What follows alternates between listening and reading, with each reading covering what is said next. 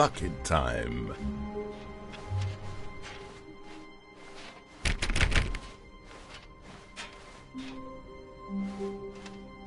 Stanley clutched the bucket tightly to his chest and entered the door on his left. This was not the correct way to the meeting room, but Stanley had felt the bucket calling to him, telling him that the employee lounge was simply the place to be. And here it was. Had the bucket turned out to be correct? Well, no, never mind. The bucket was wrong. Stanley took the door on his left to go back to the meeting room. No, Said the bucket.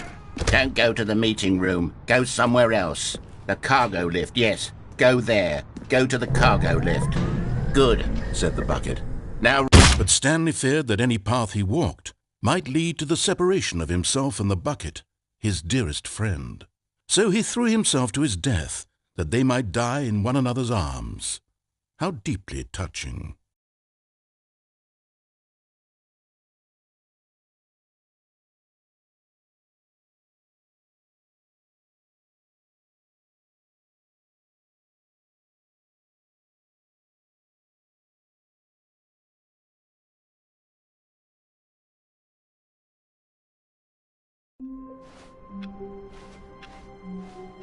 All of his co-workers were gone. What could it mean? Stanley decided to go to the meeting room. Perhaps he had simply missed a memo.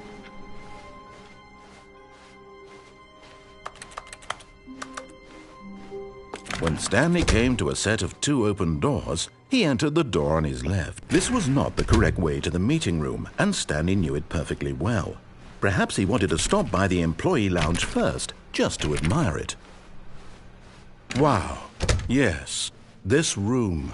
But eager to get back to business, Stanley took the first open door on his left. And so he detoured through the maintenance section, walked straight ahead to the opposite door, and got back on track.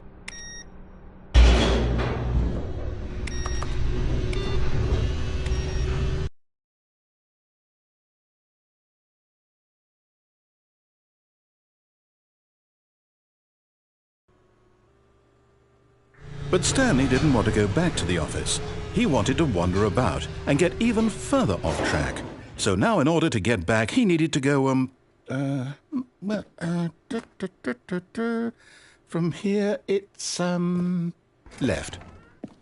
Oh, no, it's to the right, my mistake. No, not the right. Why would I have ever said it was to the right? What was I thinking? It's clearly... Oh dear, would you hold on for a minute, please? Now, let's see. We went down right, left, down, left, right. Yep, okay, yes. I've got it now. This story is absolutely, definitely this way.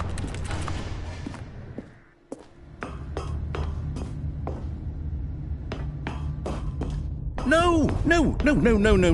This isn't right at all. You're not supposed to be here yet. This is all a spoiler. Quick, Stanley, close your eyes. Okay. We just have to get back to, oh, who am I kidding? It's all rubbish now. The whole story completely unusable. How about, rather than waste my time trying to salvage this nonsense, we'll just restart the game from the beginning. And this time, suppose we don't wander so far off track, Okay, from the top.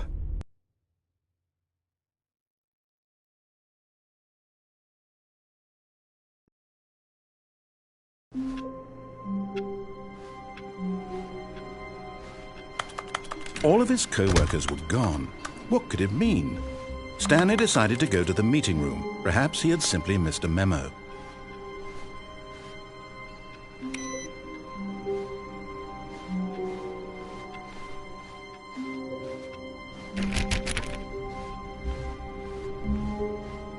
When Stanley... Wait, what? No, I restarted. I swear I definitely restarted the game over, completely fresh. Everything should be... Oh, did something change?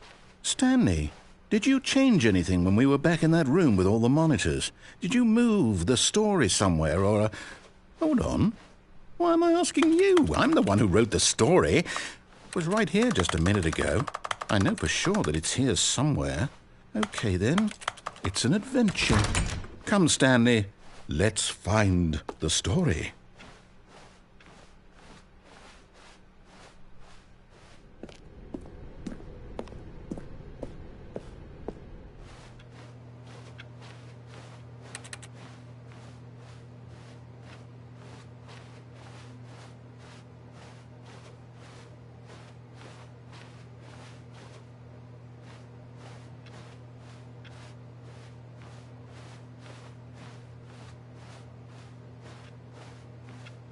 I'll say it.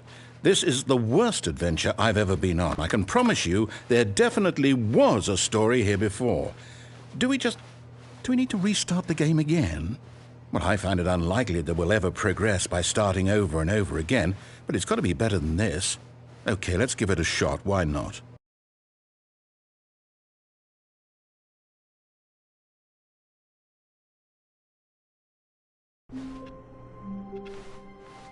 All of his co-workers were gone.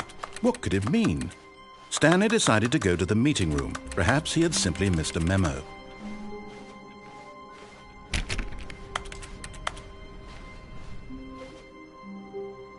Okay, yep, it's worse. I might be remembering this wrong. It's possible the story is back where we just came from. Why don't we go back the other direction and see if we missed anything?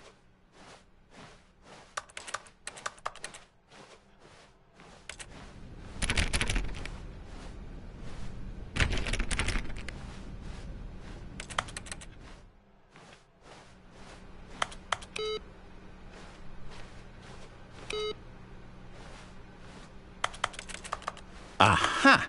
I knew we'd miss something. The story. Here it comes. No, wait. Never mind. Not the story. Okay, let's head back the other way and retrace our steps.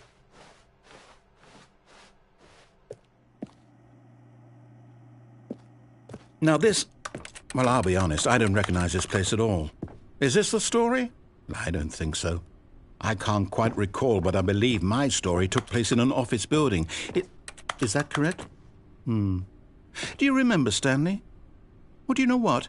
Since I've completely forgotten what we were supposed to be doing, how about this? You win! Congratulations! I know you put in a lot of hard work, and it really paid off, so good job. Oh, no. No, I don't feel right about this at all. We both know you didn't put in any actual work for that win. Some people win fair and square, and this was not one of those situations. Okay, I'm getting weirded out by whatever this place is. I don't care what might happen this time. I have to restart.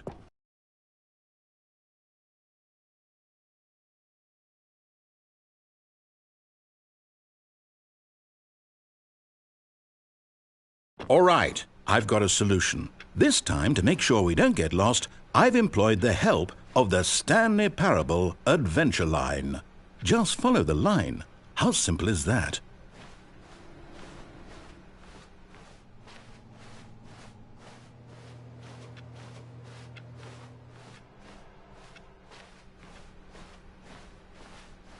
No, I'm down. We're leaving it up to the line from now on.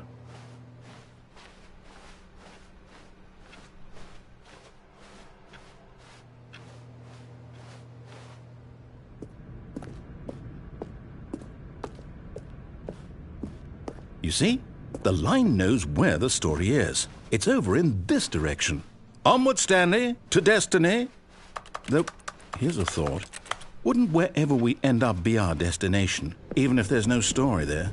Or to put it another way, is the story of no destination still a story? Simply by the act of moving forward, are we implying a journey such that a destination is inevitably conjured into being via the very manifestation of the nature of life itself? Whoa. Hang on. That got a bit weird back there. Well, I'd like to apologize. Not sure where I was going with all that. You know what? I think what we need right now is a bit of music to lighten the mood.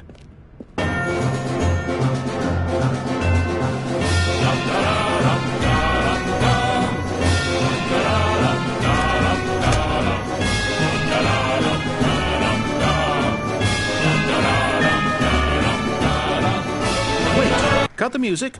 Go back and look at that fern. Stanley, this fern will be very important later in the story. Make sure you study it closely and remember it carefully. You won't want to miss anything.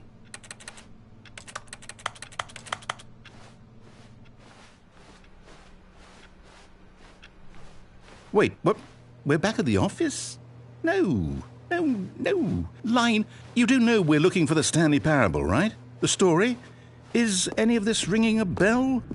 Oh, no, not again. Line, how could you have done this to us? And after we trusted you, after everything we've been through, you... Oh, I can't take this anymore. To hell with it. Restart.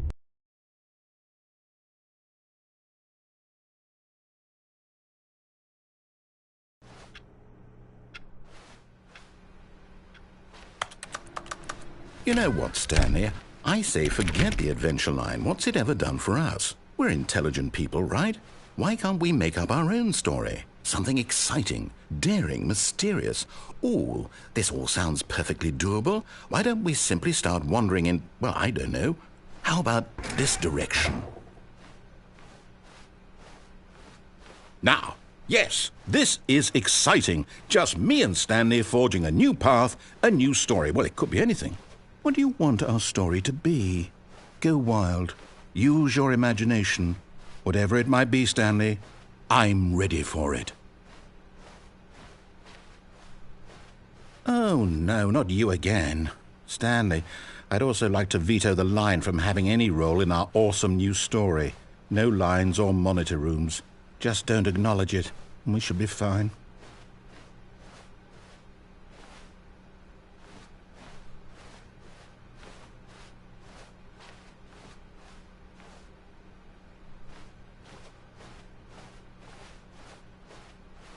Ah, a choice. We get to make a decision. From here, the story is in our control. How important we mustn't squander the opportunity.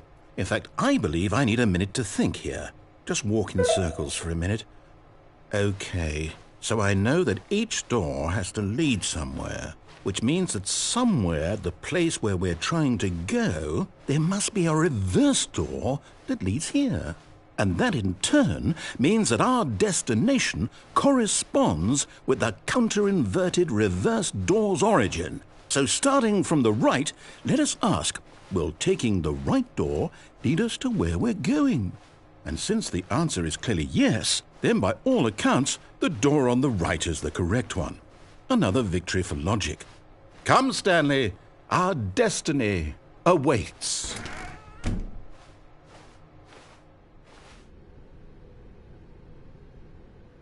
Oh, hold up, what's this? The confusion ending. You're telling me that's what this is? It's all one giant ending? And we're supposed to restart the game, what, eight times? That's really how all this goes? It's all determined? So now, according to the schedule, I restart again. Then what? Am I just supposed to forget? Well, what if I don't want to forget? My mind goes blank simply because it's written here on this thing, wall. Well, who consulted me? Why don't I get to decide? Why don't I get a say in all of this? Is it really... No, it can't be. I don't want it to be. I don't want the game to keep restarting. I don't want to forget what's going on. I don't want to be trapped like this. I won't restart the game. I won't do it. I won't do it. I won't do it.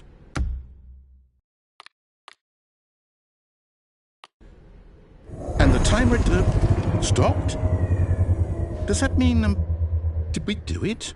Did we break the cycle? The, whatever it is that made this schedule? How would we even know? Will someone come for us? Will something happen? So, okay. I guess now we just wait, you know. I suppose in some way that this is a kind of story, wouldn't you agree? I'm not quite sure if we're in the destination or the journey, though they're always saying that life is about the journey and not the destination. So I hope that's where we are right now. We'll find out, won't we? Eventually. Well, in the meantime, if you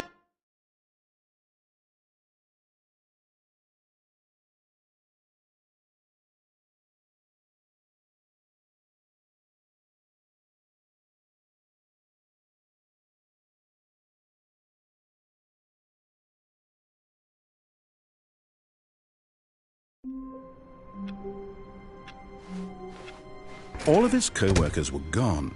What could it mean? Stanley decided to go to the meeting room. Perhaps he had simply missed a memo. It's bucket time.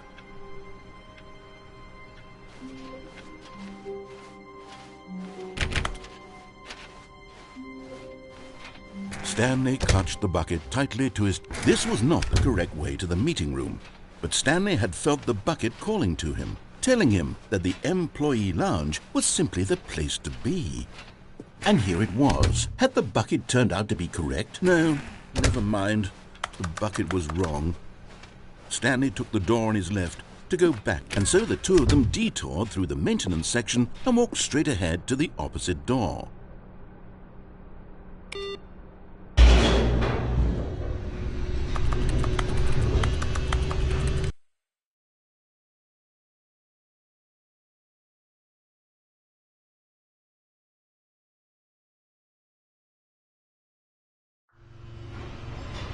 Oh, good, Stanley. I'm glad you found your way here. I knew you'd find this place eventually.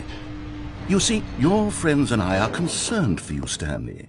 We've come together here because we care about you very much. It's this bucket you're carrying around everywhere.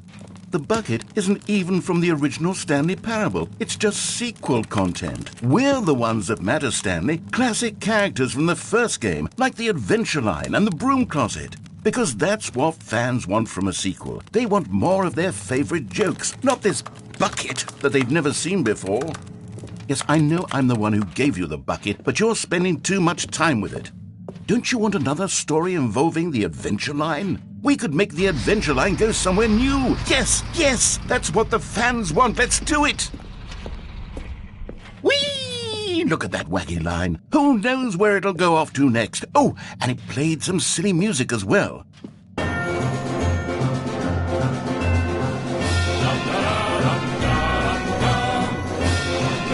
Now this is what the Stanley Parable is all about. Don't you remember all those great jokes from the original dialogue? Also, Stanley is addicted to drugs and hookers. Yes, it's as classic now as it was back then. Let's do it for the fans, Stanley. Let's give them more content exactly like this. But if we want to do that, you're going to have to give something up.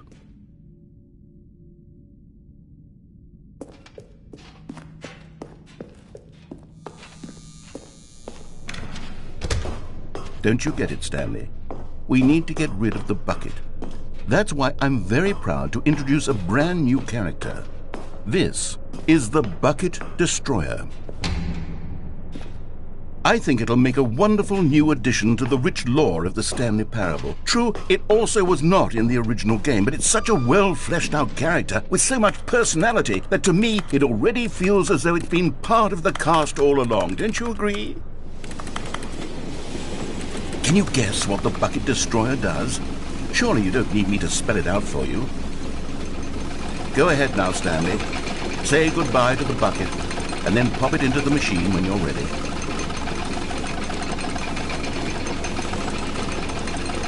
Now listen to me. It's crucial that you give it the bucket.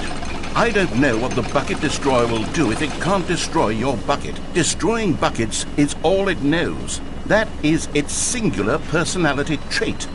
Sure, I can hear you saying, how does a character with only one personality trait deserve to join the pantheon of beloved Stanley Parable characters? Well, you see, if you were to really explore the Bucket Destroyer, you would see that its desire to crush buckets is so densely loaded with complexity and nuance that it's really like 10 personality traits. What other object in this game can you even say that about? The Broom Closet? Certainly not. I wonder what sort of Bucket Destroyer merchandise the fans will be clamoring for after this.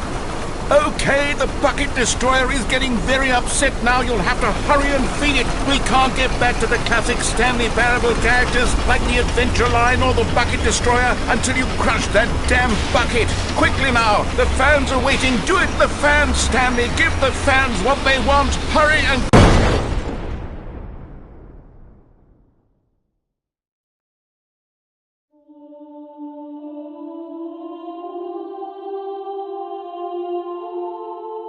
The Bucket Destroyer, my prized creation. You had so much potential. We were going to do such marvelous things with you, tell such Spellbinding stories about you, all of it squandered now. Goodbye, new friend. For the moment in time that you were here, you were magnificent.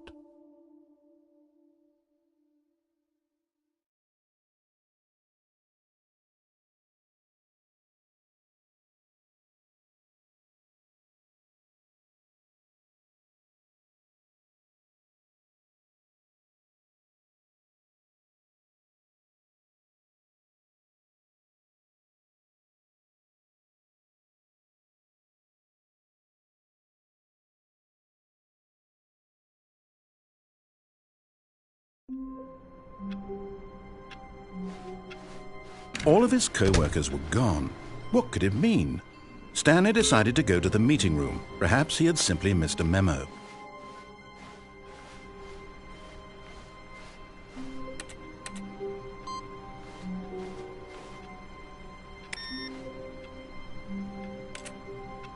It's bucket time.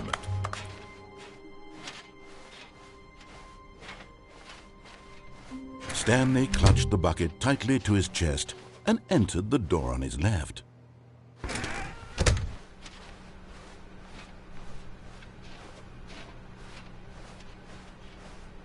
Still no one was here. Stanley needed the bucket's warmth and comfort now more than ever. Perhaps his boss's office was where he'd find out. Stanley, we must move on from this broom closet, simply because I have no remaining stickers. If I did, you can guarantee we'd be in here for hours. But alas, no stickers. Coming to a staircase, Stanley and the bucket walked upstairs to the boss's office.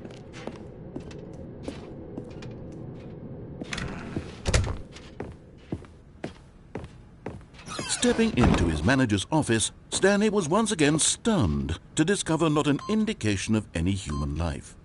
Crushed by the weight of this revelation, Stanley guessed the correct code by sheer luck.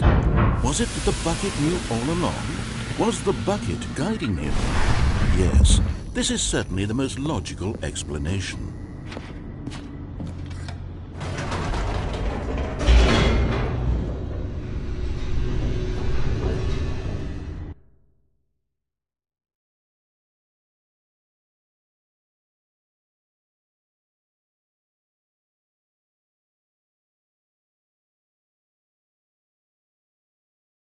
The elevator raced downward, plummeting towards an unknown fate. It would be all Stanley could do to keep himself together, if not for the bucket. Soothing him, comforting him, reassuring that in this darkest moment of uncertainty, he would be all right. The bucket is here for you, Stanley. Everything will be fine.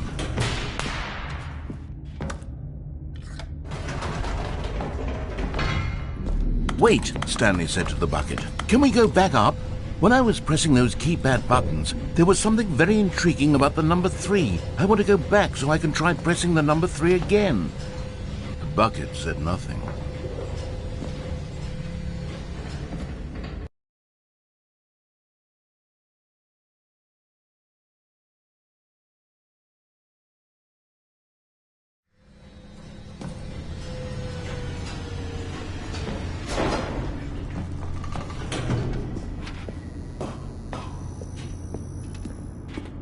Here we are, said Stanley. Now I'm going to try out that number 3 button.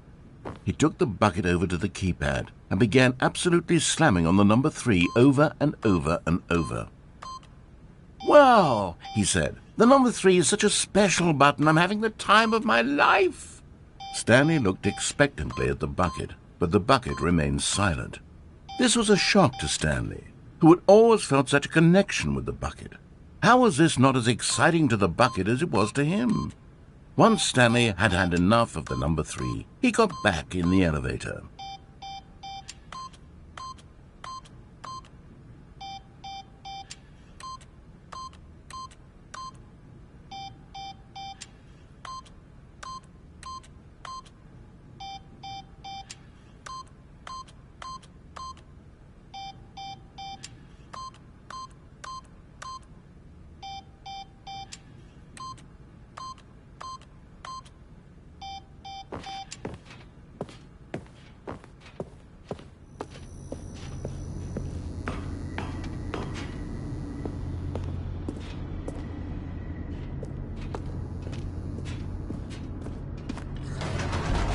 Perhaps the bucket had missed something. Perhaps it had not seen how much joy Stanley got from slamming the number 3 repeatedly.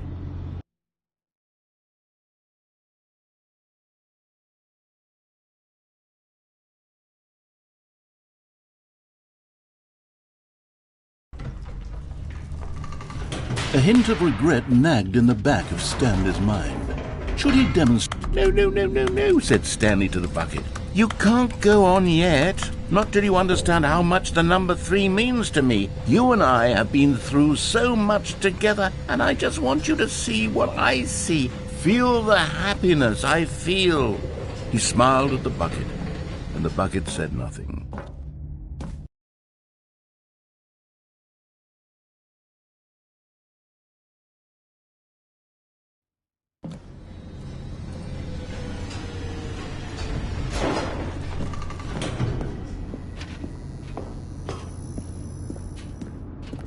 Here we go, said Stanley. This time I'll really show you. He ran to the number 3 and began to wail on it like a musician on a beloved instrument, weaving a concerto of truth and passion. He wielded the number 3 like a fine artist would wield a paintbrush. He told stories through the number 3, stories of his dreams and hopes and fears, and the whole time he looked to his bucket for a reaction of some kind. Anything to let him know that the bucket appreciated what he was doing. The bucket conveyed absolutely nothing at all, only silence. Crushed by a wave of dejection, Stanley returned to the elevator. Stanley and the bucket were so close. They'd always been there for one another. Why suddenly could the bucket not connect with this passion of Stanley's? The question caused Stanley to ruminate the whole way down the elevator. He knew that there must be a way to get through to the bucket, to communicate fully with his dear friend. Surely there was a solution, mustn't there be?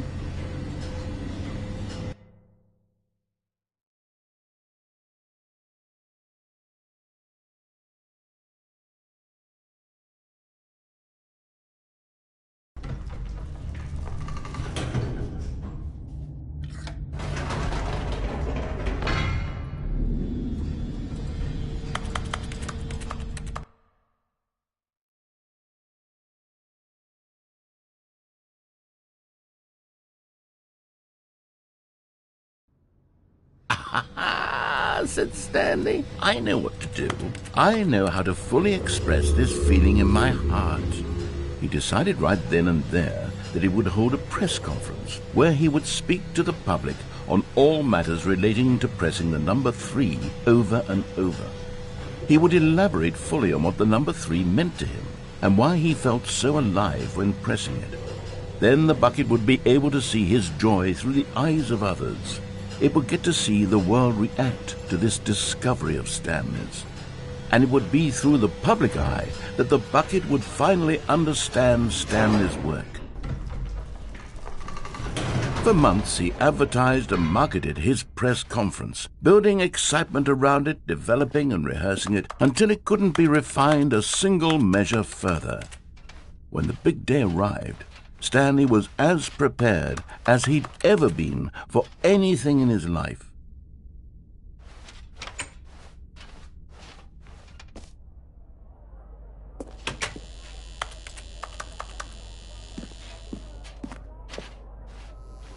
This was it. One last chance to win the bucket over. One opportunity to share a true connection with a loved one. There was no one here. Nobody had come to the press conference to hear Stanley speak, to listen to him talk about what it really means to press the number 3 on a keypad over and over.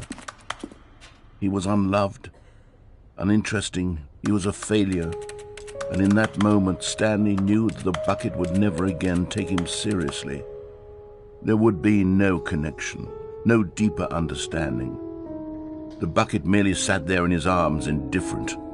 And so it began that slowly, over many years, the two of them grew more and more distant. They spoke less and less, neither wishing to state the obvious, that any sense of real respect between them had eroded since that day at the press conference. There would be no more games, no more long conversations about passion and pursuit. only a silence that consumed the space between friends.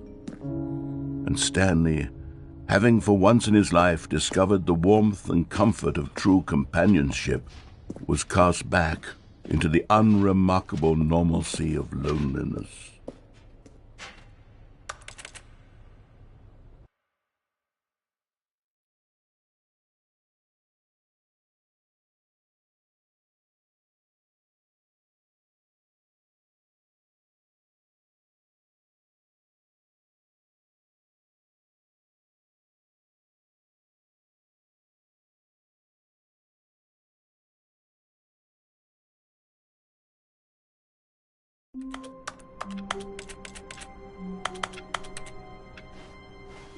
All of his co-workers were gone. What could it mean? Stanley decided to go to the meeting room. Perhaps he had simply missed a memo.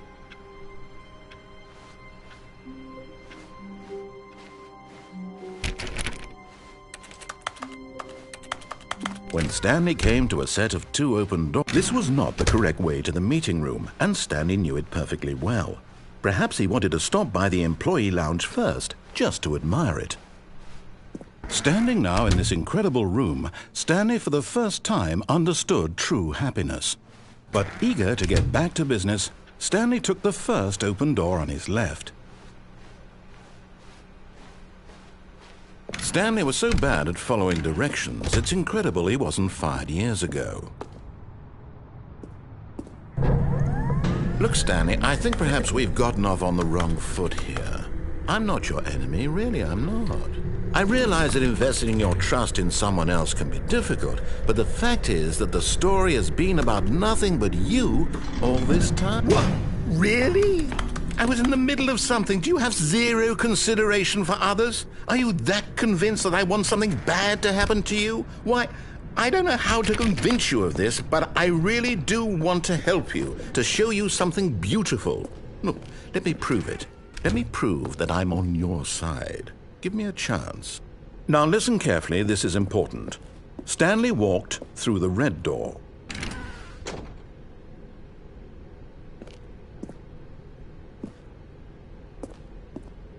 Aha, perhaps you misunderstood. Stanley walked through the red door. I still don't think we're communicating properly. Stanley walked through the red door.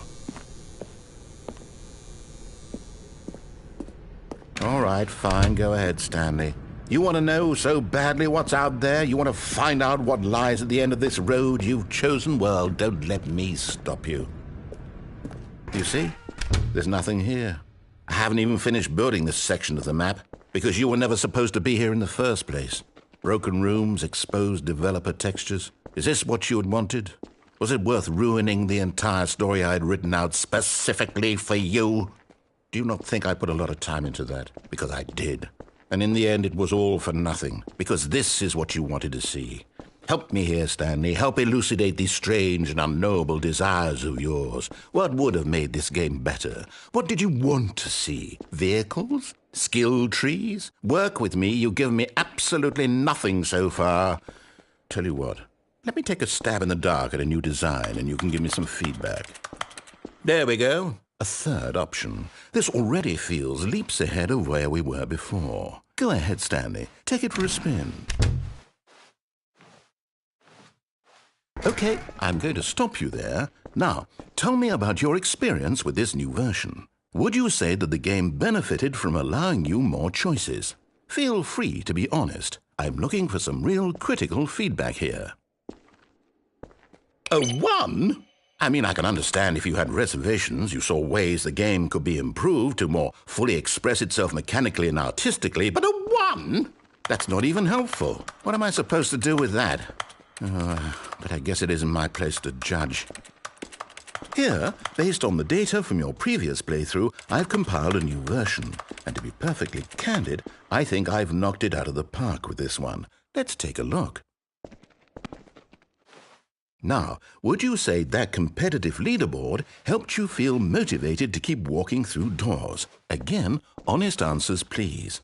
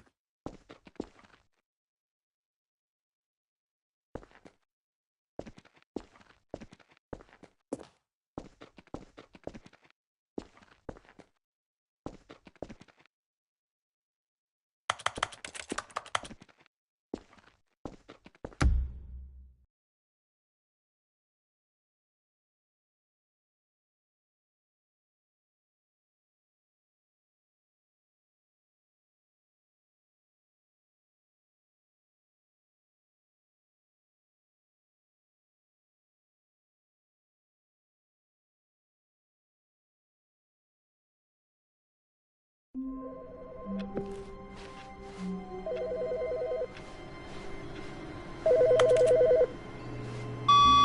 Stanley. Just wanted to leave you a message to let you know there's a few things I need you to pick up on your way home from work today. We need milk, cereal, dish soap, spaghetti, get a thing of sugar, some bread, and coffee beans, whichever ones you like. I'll give you a call if there's anything I forgot. Thanks, sweetie. See you tonight.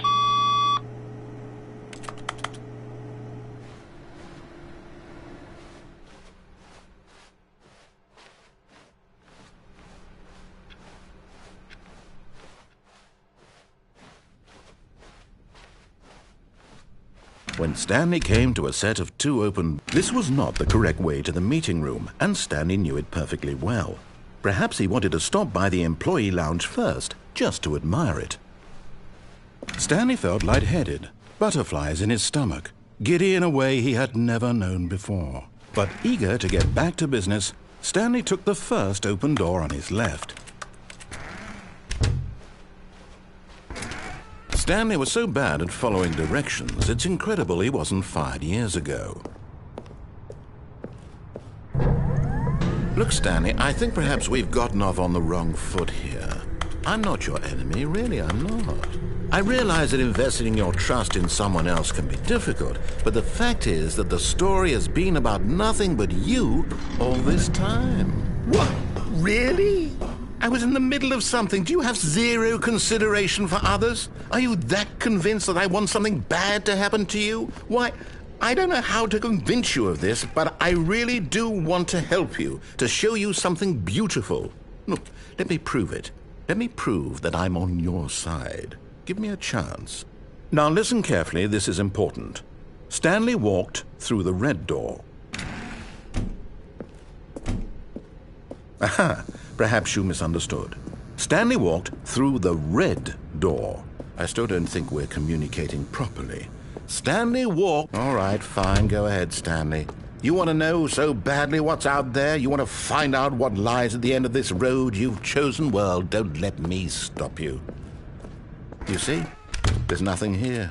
I haven't even finished building this section of the map, because you were never supposed to be here in the first place. Broken rooms, exposed developer textures. Is this what you had wanted?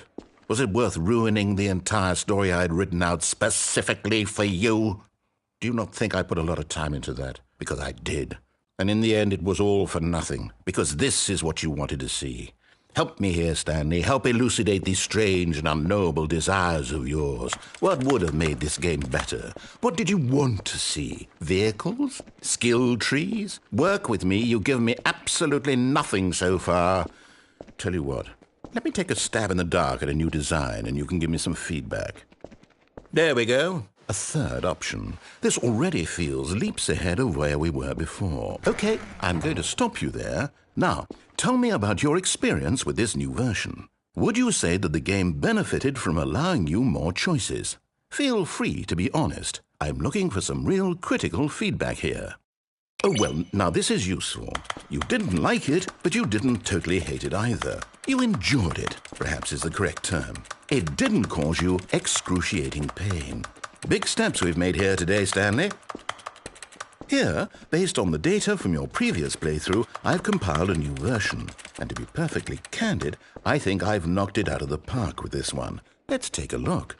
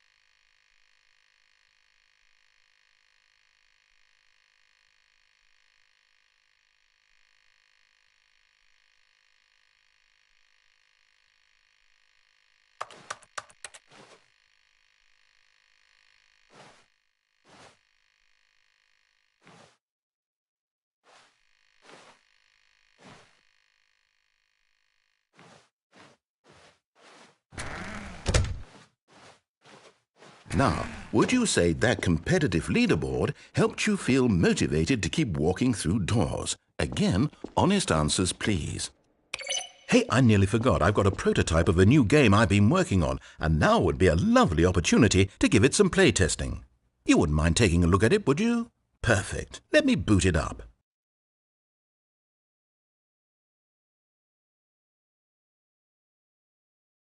In this game, the baby crawls left towards danger. You click the button to move him back to the right, and if he reaches the fire, you fail. It's a very meaningful game, all about the desperation and tedium of endlessly confronting the demands of family life. I think the art world will really take notice. But of course, the message of the game only becomes clear once you've been playing it for about 4 hours. So why don't you give it 4 hours of play to make sure it's effective? Be sure to keep notes on your experience.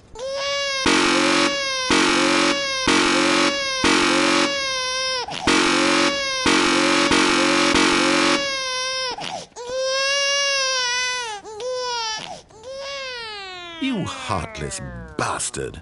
Did you do it because you hate babies or purely to spite me? Because if it's the latter, well, I don't know what to do. I'm completely out of ideas. I can't think of a single thing that might improve the experience for me. I'm not even going to try. I'm out, I'm done. It's over. Thank you for playing. Your input was extremely valuable. Oh, hey, since my game was so awful, why don't we play someone else's game, just to ease the pain? Let's see. What do we have here? Yes, this seems like it'll work. Let's give it a shot.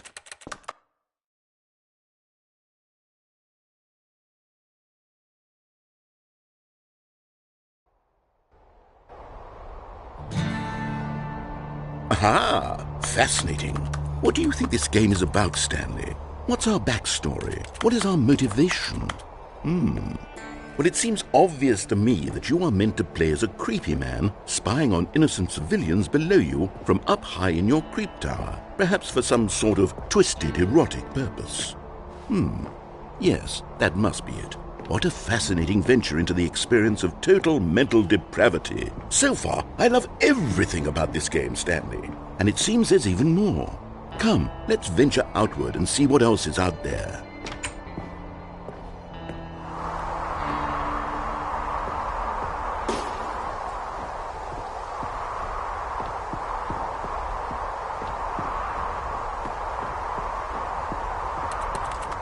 Oh, no. No, it can't be. It is. It's an open world game. Good God, quickly, block it off. Oh, thank goodness, Stanley. What a close call. You nearly wandered off into that thing. That big, open, just wandering around. No right or wrong directions. No path to follow. You can just go in any... Oh, thank heavens we avoided it. We're out of the woods now, Stanley. Okay, I'm going to get us out of here. Let's find another game. Preferably something with walls. Something with nice, big, insurmountable walls. Okay, I think this will be just the thing.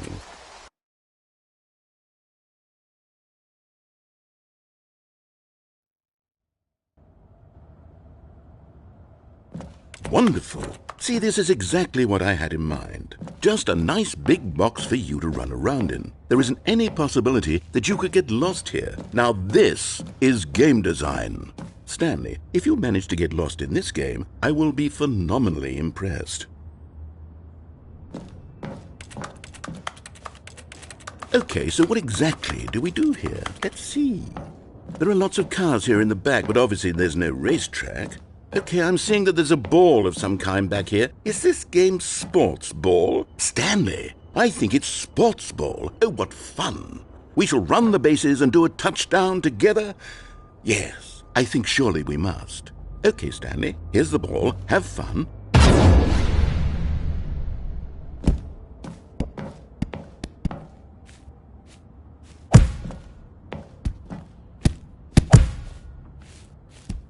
Are you doing it? Are you winning? Is this fun? Is it better than my miserable little story that I worked so hard on? Stanley, I have a thought. And I realize I'm not a sportsologist, but if one ball generates a certain amount of raw adrenal pleasure, then surely multiple balls makes for an even more euphoric sports experience. I'm going to try it out. Here comes another ball. Yes! Oh goodness, that really does feel amazing, doesn't it? Stanley, I'm like a child in a confectionery shop. I simply have to have more. I'm insatiable. More balls!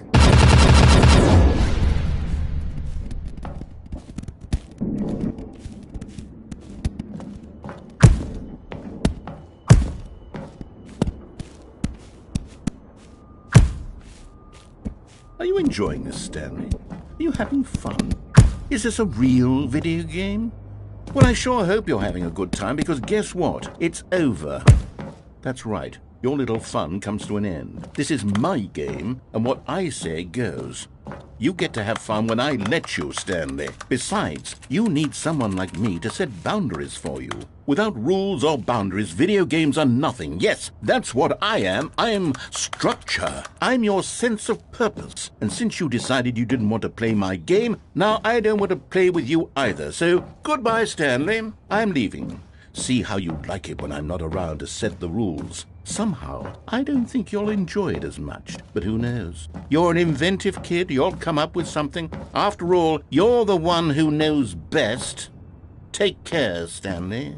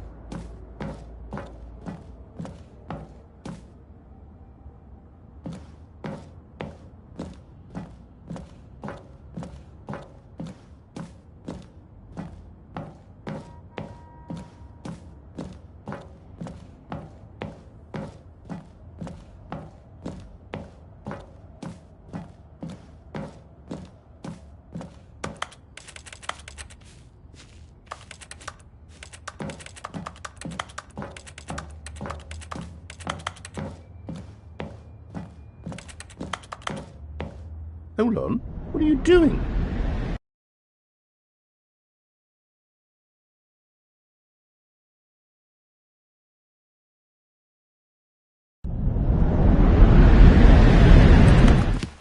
Stanley, don't do that. I can't follow you there. I can't help you.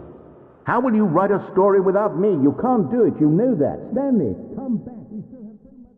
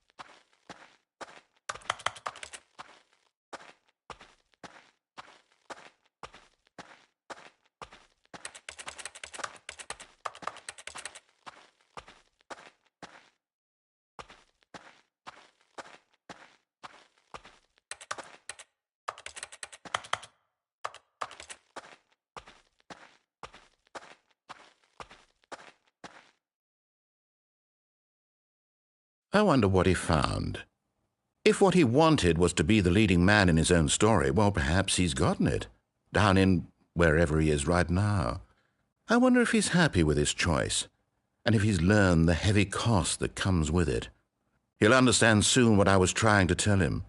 He needs me. Someone who will wrap everything up at the end, to make sense out of the chaos and the fear and the confusion. That's who I am. That is what I mean to this world. Oh, yes. Yes, I'll be back. There's no other way. Once this ends, after it all comes to a close, then I'll be back. The end will be here soon. Very soon. I can wait.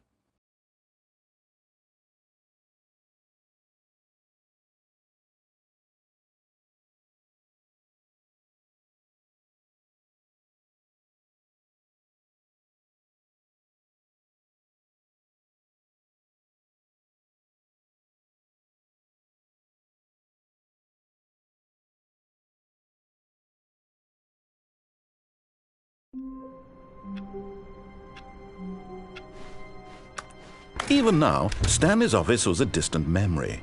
What did it look like? There was a computer, perhaps, and a painting. Was it a painting or a photo? He could no longer recall.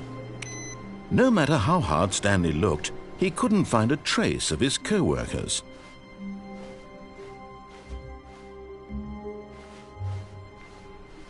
It's bucket time.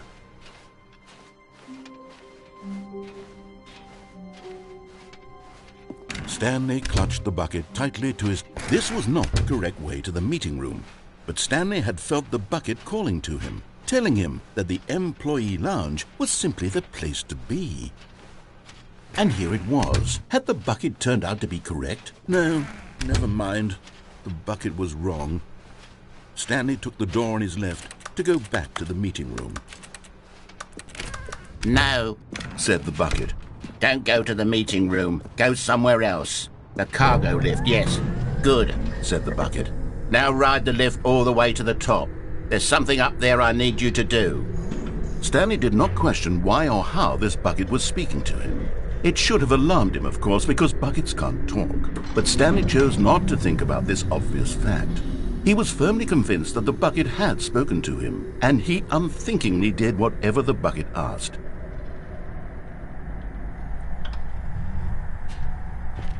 In here. Said the bucket. Go into this dark room over here. Stanley once again obeyed blindly.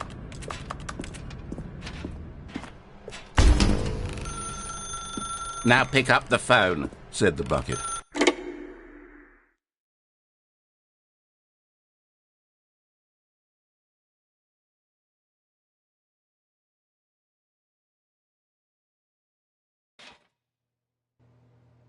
This is the sad story of a man named Stanley and his bucket.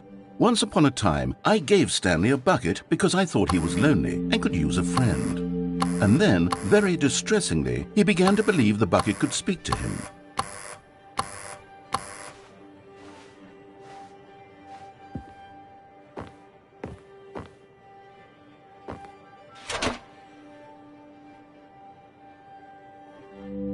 The Stanley Parable Reassurance Bucket was merely meant to provide the comforting glow of companionship. It doesn't literally talk and give you orders. Whatever Stanley is hearing the bucket say to him is just in his head. Lately, I've been concerned about him. Wouldn't you be concerned as well? To see him delusional like this, obsessing over an inanimate metal object? I want to say something to him, but I don't know how I can convince him. I don't know if he'll listen to me. Oh, I'll try anyway. Stanley, can you hear me? Listen to me. It's just a bucket. It can't think, it can't talk. All it will ever truly do for you is effectively transfer a liquid from one location to a different location. That's it. It doesn't do anything else.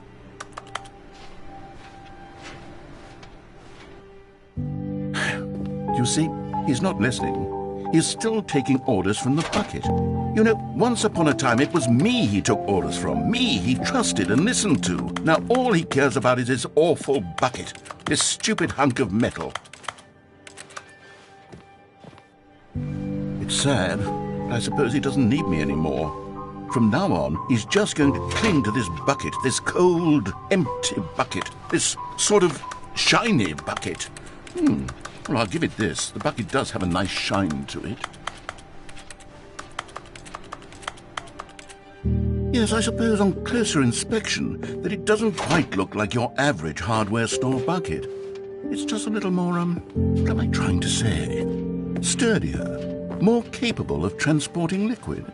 Like it would be better at moving an amount of water from one room to another. my God, what am I saying? Better at carrying water from room to room. It's a bucket. It's literally just a bucket. Why do I feel some need to point out the ways in which it's so much more than just a regular bucket? Oh no, I'm having feelings for the bucket. No. What's going on? Why do I want to be with the bucket? Hear what the bucket has to say. Do anything it asks. What's wrong with me? I don't understand. Perhaps if I had the bucket, this would be less confusing. Yes, the bucket could tell me what to do in this troublesome situation. Stanley, give me the bucket. Give it to me. Give me the bucket, Stanley. I need it. Give it to me now. Give it or I'll...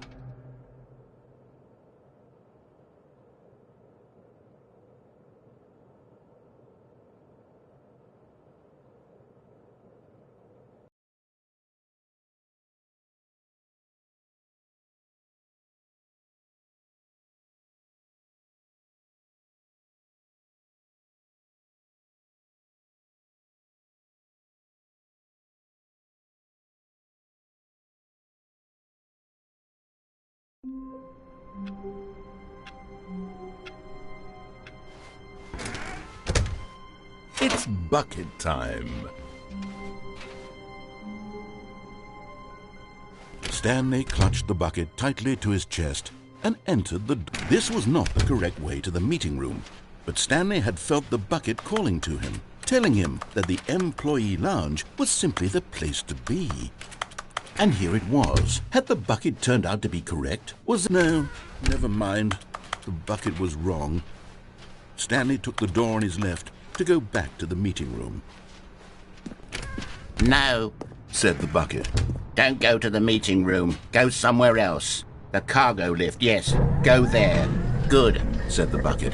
Now ride the lift all the way to the top. There's something up there I need you to do.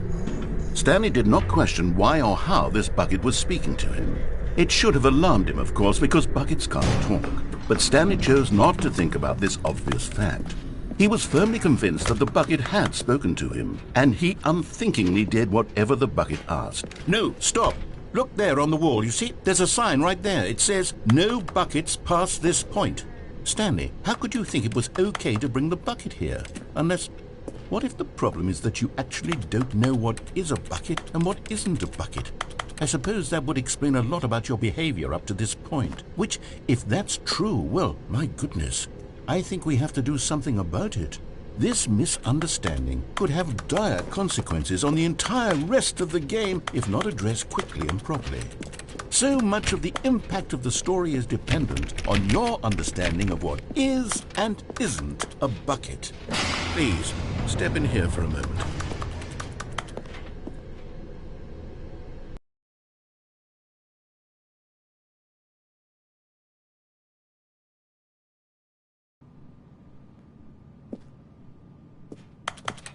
Now then, I'm going to run you through some test scenarios, and you'll tell me whether or not the thing I'm showing you is a bucket. Simple enough, right? This should tell us everything we'll ever need to know about what is or is not a bucket. Okay, let's begin. Item 1. Is this a bucket? Correct. It is a hologram of a bucket, not an actual bucket.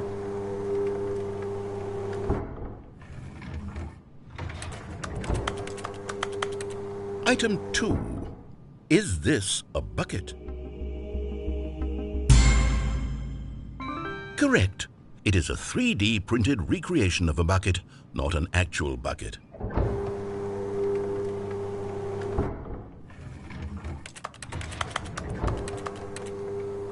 Item 3. Is this a bucket? Correct. This is a bucket.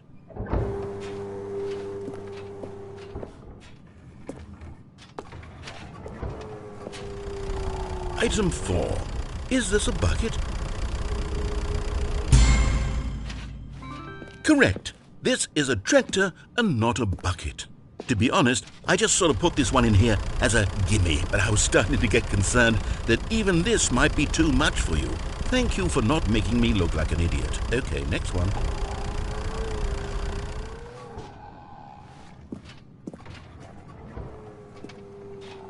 Is this a bucket?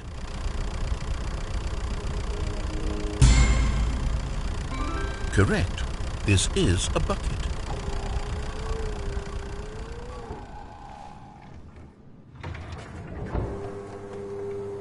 Item 6. Is this a bucket?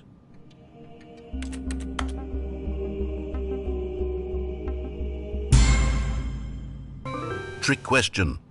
Both. Gotcha.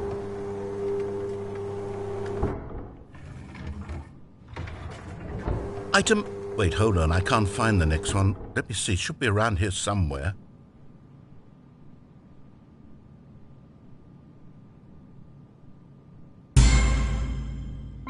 Yes.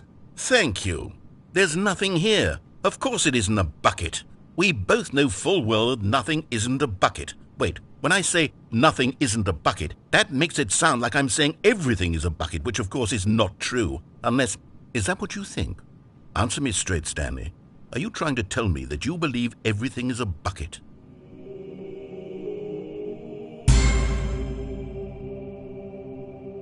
You know what? I'm too confused to even sort it out. I've lost all sense of perspective. What is a bucket? What isn't a bucket? Mere moments ago I could answer these questions with confidence. And yet now I'm somewhat adrift. Do any of us know what a bucket is? Am I a bucket? Stanley, I can't keep doing this.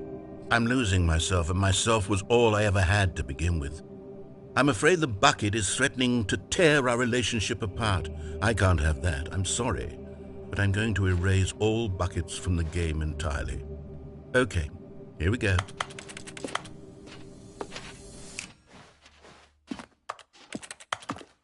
What happened? Is everything gone?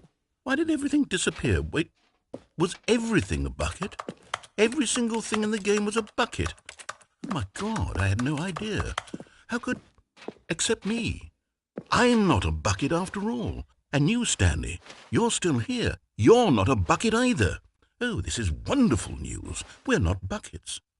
Yes, I actually feel much more at ease right now. It's delightful to get some clarity on that issue. But it doesn't change the fact that we haven't got a game. So, tell you what. I'll reset everything and we'll put back all of the buckets, okay? And we'll know that it's all a bucket. But if you run into anyone else, maybe don't mention that. Who knows what that information might do to a person? All right, here we go.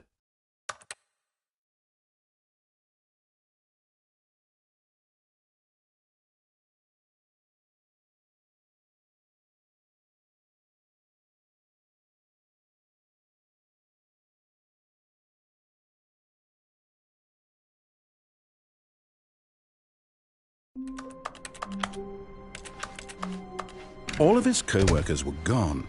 What could it mean? Stanley decided to go to the meeting room. Perhaps he had simply missed a memo.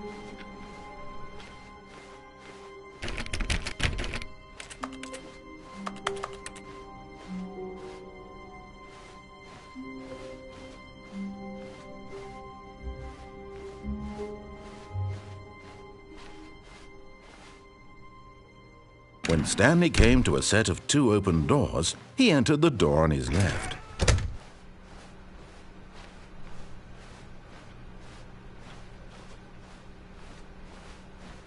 Yet there was not a single person here either. Feeling a wave of disbelief, Stanley decided to go up to his boss's office, hoping he might find an answer there. Stanley stepped into the broom closet, but there was nothing here, so he turned around and got back on track.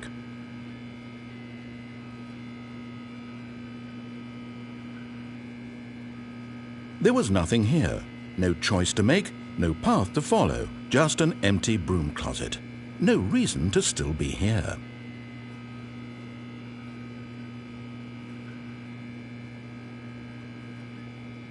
It was baffling that Stanley was still just sitting in the broom closet. He wasn't even doing anything.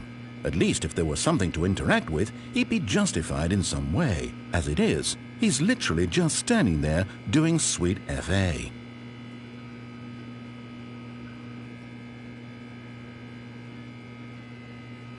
Are you really still in the broom closet?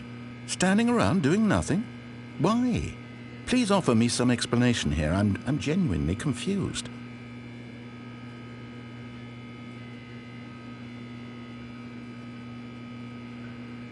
You do realize there's no choice or anything in here, right? If I'd said Stanley walked past the broom closet, at least you would have had a reason for exploring it to find out. But it didn't even occur to me because literally this closet is of absolutely no significance to the story whatsoever. I never would have thought to mention it.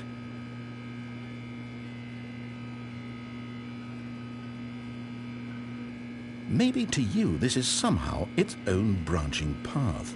Maybe when you go talk about this with your friends you'll say, Oh, did you get the broom closet ending? The broom closet ending was my favourite. I hope your friends find this concerning.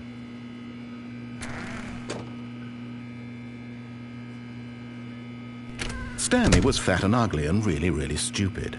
He probably only got the job because of a family connection. That's how stupid he is. That or with drug money. Also, Stanley is addicted to drugs and hookers.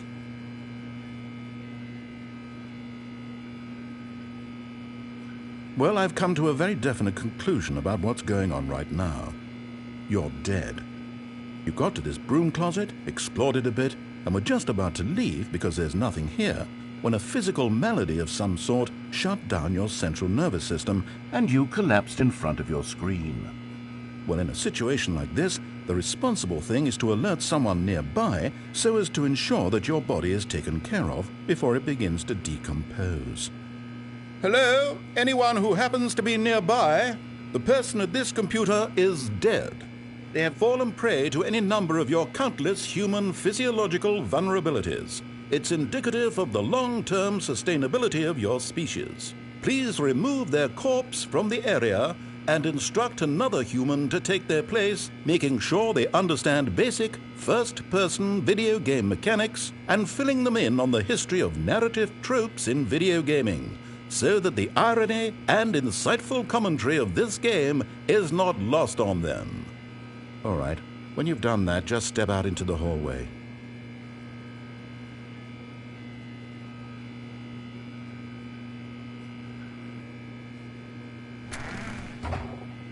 Ah, second player. It's good to have you on board. I guarantee you can't do any worse than the person who came before you. You too? Unbelievable. I'm at the mercy of an entire species of invalids. Perhaps there's a monkey nearby you can hand the controls to. A fish? Fungus? Look, you can hammer out the details. I'm not particularly picky. I'll just be waiting for when you're ready to pick up the story again.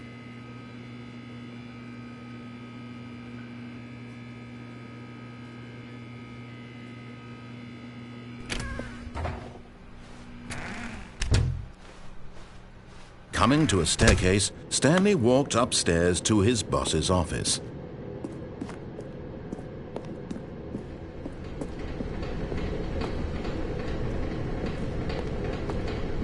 But Stanley just couldn't do it. He considered the possibility of facing his boss. Admitting he had left his post during work hours, he might be fired for that. And in such a competitive economy, why had he taken that risk? All because he believed everyone had vanished? His boss would think he was crazy. And then something occurred to Stanley. Maybe, he thought to himself, maybe I am crazy. All of my co-workers blinking mysteriously out of existence in a single moment for no reason at all? None of it made any logical sense.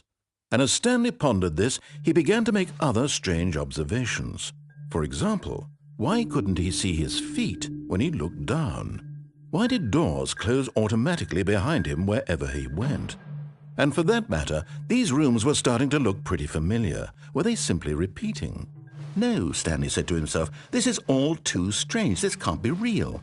And at last, he came to the conclusion that had been on the tip of his tongue. He just hadn't found the words for it. I'm dreaming, he yelled. This is all a dream. Oh, What a relief Stanley felt to have finally found an answer, an explanation. His co-workers weren't actually gone. He wasn't going to lose his job. He wasn't crazy after all. And he thought to himself, I suppose I'll wake up soon. I'll have to go back to my boring real-life job pushing buttons. I may as well enjoy this while I'm still lucid. So he imagined himself flying and began to gently float above the ground. Then he imagined himself soaring through space on a magical starfield, and it too appeared. It was so much fun, and Stanley marveled that he had still not woken up. How was he remaining so lucid? And then perhaps the strangest question of them all entered Stanley's head. One he was amazed he hadn't asked himself sooner. Why is there a voice in my head dictating everything that I'm doing and thinking? Now the voice was describing itself being considered by Stanley, who found it particularly strange. I'm dreaming about a voice describing me, thinking about how it's describing my thoughts, he thought. And while he thought it all very odd and wondered if this voice spoke to all people in their dreams, the truth was that, of course, this was not a dream. How could it be? Was Stanley simply deceiving himself, believing that if he's asleep, he doesn't have to take responsibility for himself? Stanley is as awake right now as he's ever been in his life. Now, hearing the voice speak these words was quite a shock to Stanley.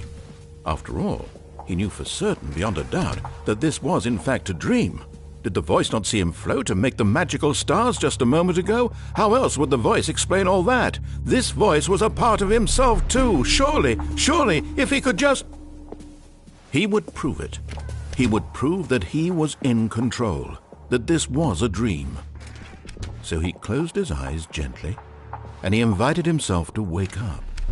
He felt the cool weight of the blanket on his skin, the press of the mattress on his back, the fresh air of a world outside this one. Let me wake up, he thought to himself. I'm through with this dream. I wish it to be over. Let me go back to my job. Let me continue pushing the buttons. Please, it's all I want. I want my apartment and my wife and my job. All I want is my life exactly the way it's always been. My life is normal. I am normal. Everything will be fine. I am okay.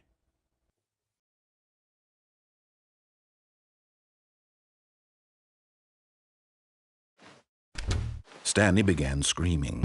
Please, someone, wake me up. My name is Stanley. I have a boss. I have an office. I am real. Please, just someone tell me I am real. I must be real. I must be. Can anyone hear my voice? Who am I? Who am I? And everything went black.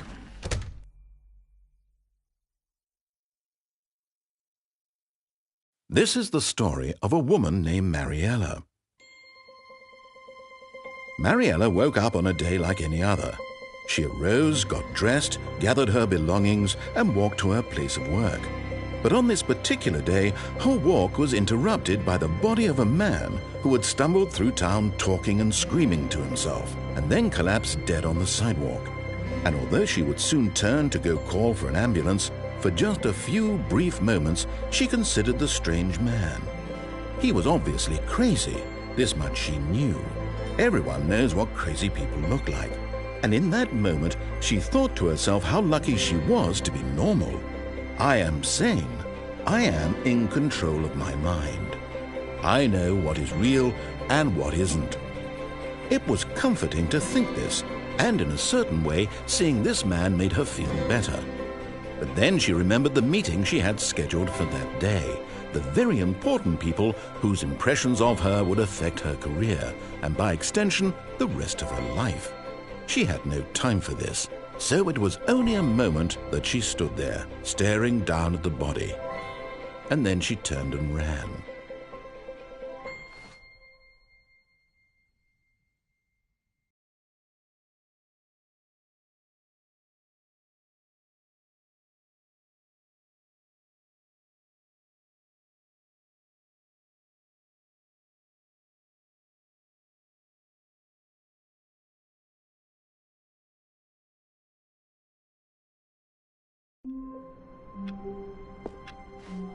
Even now, Stanley's office was a distant memory. What did it look like? There was a computer, perhaps, and a painting. It's bucket time.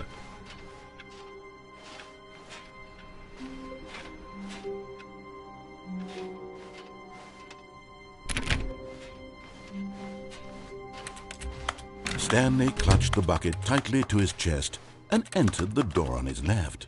This was not the correct way to the meeting room, but Stanley had felt the bucket calling to him, telling him that the employee lounge was simply the place to be. And here it was. Had the bucket turned out to be correct? No, never mind. The bucket was wrong. Stanley took the door on his left to go back to the meeting room. No, Said the bucket. don't go to the meeting room. Go somewhere else. The cargo lift, yes. Go there. Go to the cargo lift. Oh, well, look who's got cold feet. Well, from here, it looks like the only way forward is down, since the lift won't be coming back, but that's okay. You've got a bucket. Did you know that buckets are routinely used as cushioning devices? It's true. You can fall on a bucket from literally any height and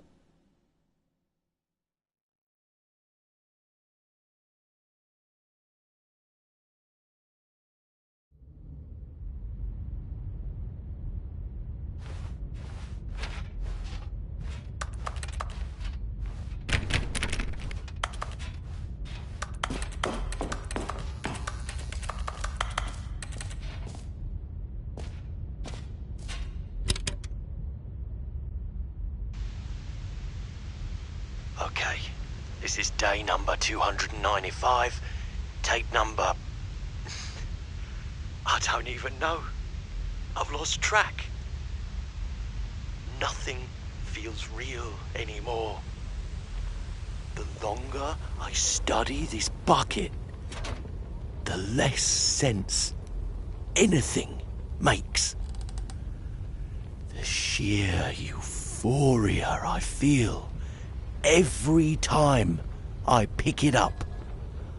No matter how many times I've done it, it's always the same feeling. And the emptiness in my chest when I set it down. It doesn't make sense. There's no explanation for it. I still haven't figured out why I see the world so differently when this bucket is in my arms. Why everything feels so... What do I do with this treasure? I can monetize it. Yes. It's unthinkable the amounts of money people will pay for even just an hour with the bucket. This is my golden ticket. But I have to be careful, because as soon as this gets out, there's going to be a target on my back. Even now, I don't know who might be trying to get... What's that? Who's there?